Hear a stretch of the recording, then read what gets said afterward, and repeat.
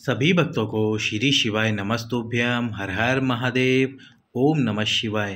ये एक पुष्प आपको प्राप्त करवाएगा संतान। ये एक पुष्प करेगा आपके रोगों को दूर। ये एक पुष्प कर देगा आपकी मनोकामना को पूर्ण। कौन सा पुष्प है ये जो कि इतना खास है और साथ ही साथ में इसके इतने उपाय हैं, वो पूरी जानकारी हम आपको इस वीडियो के अंदर देंगे। पर उससे पहले आपको वीडियो को लाइक कर देना है, चैनल को सब्सक्राइब कर देना है और वीडियो को अधिक से अधिक लोगों के पास में शेयर कर देना है। तो आप देख सकते हो स्क्रीन पर ये है वो पुष्प, पारिजात का पुष्प, जिसका आपको उपाय करना है। उपाय किस प्रकार से करना है, और सबसे पहला उपाय जो कि है वंश वृद्धि के लिए और संतान की प्राप्ति के लिए।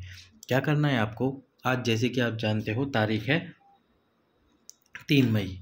आज 3 मई है और 6 मई को पड़ रहा है सोमवार, और सोमवार को पड़ रही है सोम शिवरात्रि।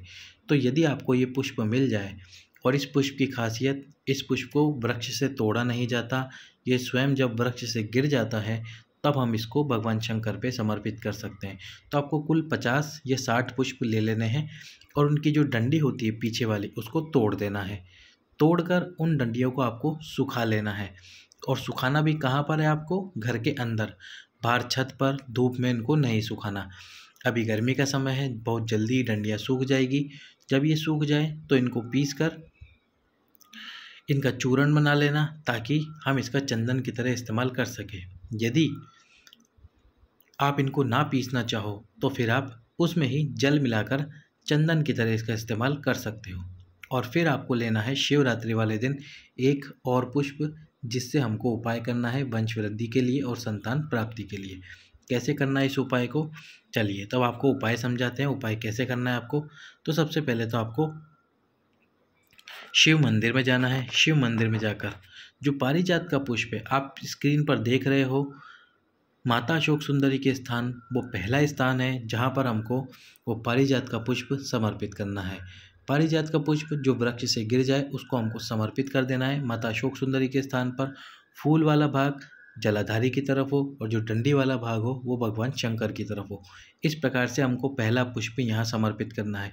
और इसी एक पुष्प से हमको 3 बार उपाय करना है। जब आप ये पुष्प यहाँ समर्पित करोगे तो आपकी कामना, आपकी मनोकामना आपको बोलनी है, भगवान शंकर से बोलनी है, भगवान शंकर से प्रार्थना करनी है संतान प्राप्ति की और वंश की वृद्धि की। थोड़ी देर बाद इस पुष्प को यहाँ से उठा लेना है। उठाकर अब आपको इसको समर्पित कर देना है माँ आद्य शक्ति, माँ जगत जननी के हस्तकमल पर। देख सकते हो आप, माँ आद्य शक्ति जगत जननी के हस्तकमल पर इस प्रकार से आपको ये पुष्प समर्पित करना है। जब आप पुष्प समर्पित करोगे माता आद्य शक्ति के हस्तकमल पर, तब इस पुष्प की दिशा परिवर्तित होगी। फूल वाला भाग भगवान शंकर की तरफ कर देना है हमको, और जो डंडी वाला भाग है वो विपरीत में कर देना है। और इसी पुष्प को जब समर्पित करेंगे तो हमको कामना करनी है वंश की और संतान की। ये वही पुष्प है जो हमने यहाँ माता अशोक सुंदरी के स्थान पर समर्पित करा था। यहाँ से उठाकर इस पुष्प को यहाँ समर्पित करना है। तीसरा, इसी पुष्प को अब यहाँ से उठाना है और उठाकर शिवलिंग के ऊपर समर्पित करना है। जो कि आप देख रहे हो, पुष्प वाला भाग फिर से जलाधारी की तरफ हो चुका है और डंडी वाला भाग आपकी तरफ या फिर विपरीत हो चुका है। तीसरा स्थान ये है। इस पुष्प को इसी प्रकार से समर्पित करना है। फिर आप दक्षिण दिशा से समर्पित कर रहे हो, उत्तर दिशा से समर्पित कर रहे हो, पश्चिम से कर रहे हो या पूर्व से, जिस भी दिशा से आप समर्पित कर रहे हो पुष्प ऐसे ही समर्पित होगा। किसी भी दिशा से समर्पित करो। जब आप यहाँ समर्पित करो तब आपको संतान प्राप्ति और वंश वृद्धि की कामना करनी है। कामना करके ये पुष्प यहाँ समर्पित हो गया। अब जो हमने चंदन बनाया था, चंदन आपको पता है कि हमने बनाया था, अब उस चंदन से आपको त्रिपुंड बनाना है शिव जी के शिवलिंग पर। त्रिपुंड कैसे बनाया जाता है वो भी हम आपको बता देते हैं। तो जैसे कि आप ये देख रहे हो, ये मध्यमा उंगली है और ये अनामिका उंगली है। सबसे पहले हमको शिवलिंग पर, आपको ध्यान है अभी मैंने थोड़ी देर पहले बताया था कि जो डंडियां हैं 50 या 60 फूल की आपको तोड़कर सुखानी है और उसको पीस लेनी है और उसमें जल मिलाकर उसका लेप बनाना है चंदन जैसा। उसी का हमको इस्तेमाल करना है इस उपाय में। तो आपकी दोनों उंगलियां, मध्यमा उंगली और अनामिका उंगली, इन दोनों उंगलियों से आपको शिवलिंग के ऊपर सबसे पहले 2 त्रिपुंड रेखाएं बनानी है, ऊपर वाली 2 त्रिपुंड रेखाएं। इसके बाद में आपको, जैसे कि आप देख सकते हो ये त्रिपुंड रेखाएं बन चुकी है 2। अब आपको जो तीसरी उंगली है आपकी छोटी वाली, मध्यमा उंगली के जस्ट पास वाली, उस उंगली से आपको इस त्रिपुंड की नीचे वाली लाइन बनानी है। जैसे कि आप देख सकते हो शुरू की 2 लाइन हमने बना दी और इसके बाद में तीसरी लाइन आपको बनानी है। किससे बनानी है? वही चंदन से बनानी है जो पारिजात के पुष्प की डंडियों को सुखाकर हमने बनाया था। त्रिपुंड आपको शिवलिंग के ऊपर बनाना है इस प्रकार से। अब त्रिपुंड बनाने के बाद में आपको, जब त्रिपुंड बना दो और चंदन बच रहा हो, तो फिर आपको क्या करना है, ये माँ आद्य शक्ति, माँ जगत जननी, माता पार्वती के हस्त कमल पर आपको उसका त्रिपुंड लगाना है, चंदन का त्रिपुंड। यदि त्रिपुंड बनाने के बाद में बचता है चंदन, तो आपको यहाँ पर वो चंदन लगाना है जो भगवान शंकर के शिवलिंग पर आपने लगाया था पारिजात की पुष्प की डंडियों को तोड़कर। चंदन आपके पास में हो तो फिर माँ आद्य शक्ति के स्थान पर लगाओ, माता पार्वती के हस्तकमल पर लगाओ और फिर पूरे शिवलिंग के ऊपर आपको इस प्रकार से उस चंदन को लगा देना है। इसके बाद में भी यदि आपके पास में चंदन बच रहा है तो आपको प्रतिदिन भगवान शंकर के शिवलिंग पर जब आप पूजा करने आओ तो उस चंदन का त्रिपुंड बनाना है। इस प्रकार से आपको शिवरात्रि वाले दिन प्रदोष काल में ये उपाय कर देना है। एक पुष्प जो आपको संतान प्राप्ति और वंश वृद्धि जरूर कराएगा। अब इसी पुष्प से हम मनोकामना पूर्ति उपाय कैसे करेंगे? तो आपको क्या करना है, आपके यहाँ पर कोई भी सरोवर हो, तट हो, नदी हो, जो भी हो, यदि सरोवर, नदी, तट नहीं है, जैसे हमारे यहाँ पर पुष्कर राज है, तो यदि आपके यहाँ पर ऐसा कोई तीर्थ स्थल हो तो आपने देखा होगा ऐसे तीर्थ स्थलों के आसपास में या तीर्थ स्थलों के तट पर एक शिवलिंग विराजमान जरूर होता है। यदि आपको वो शिवलिंग मिल जाए तो आप 11 पुष्प, कितने पुष्प? 11 पुष्प लो पारिजात के, और ये 11 पुष्प लेकर उस शिवलिंग के पास में पहुंच जाओ।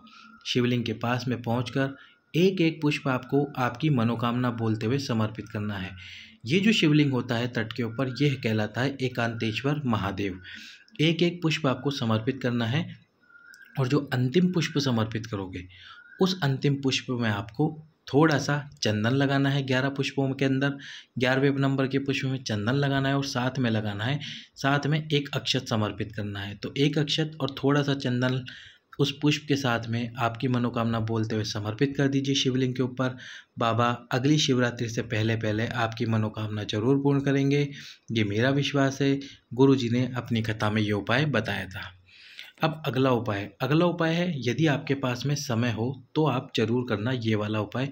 ये एक ऐसा उपाय है जिसको करने से महादेव इतने प्रसन्न होते हैं कि वो आपको मन वांछित मनोकामना पूर्ण करा देते हैं। और ये उपाय क्या है? ये उपाय है, यदि आपके पास में समय है तो ही करना। जितने पुष्प आपको मिल जाए इसके पारिजात के, यदि पारिजात के पुष्प ना मिलते हो तो सफ़ेद आंकड़े के पुष्प मिल जाए या कोई सा भी सफ़ेद कलर का पुष्प आपको मिल जाए। केवल केतकी के पुष्प को छोड़ देना, वो शिव जी पर समर्पित नहीं होता। तो जो भी आपको पुष्प मिल जाए, जिस प्रकार से आप देख रहे हो इस फोटो में, इस इमेज में मैंने एक एक पुष्प समर्पित करा है, इसी प्रकार से इस पूरे शिवलिंग पर आपको एक एक पुष्प समर्पित करना है। इस प्रकार से एक एक पुष्प समर्पित करके बाबा का आपको श्रृंगार करना है और एक एक पुष्प समर्पित करना है।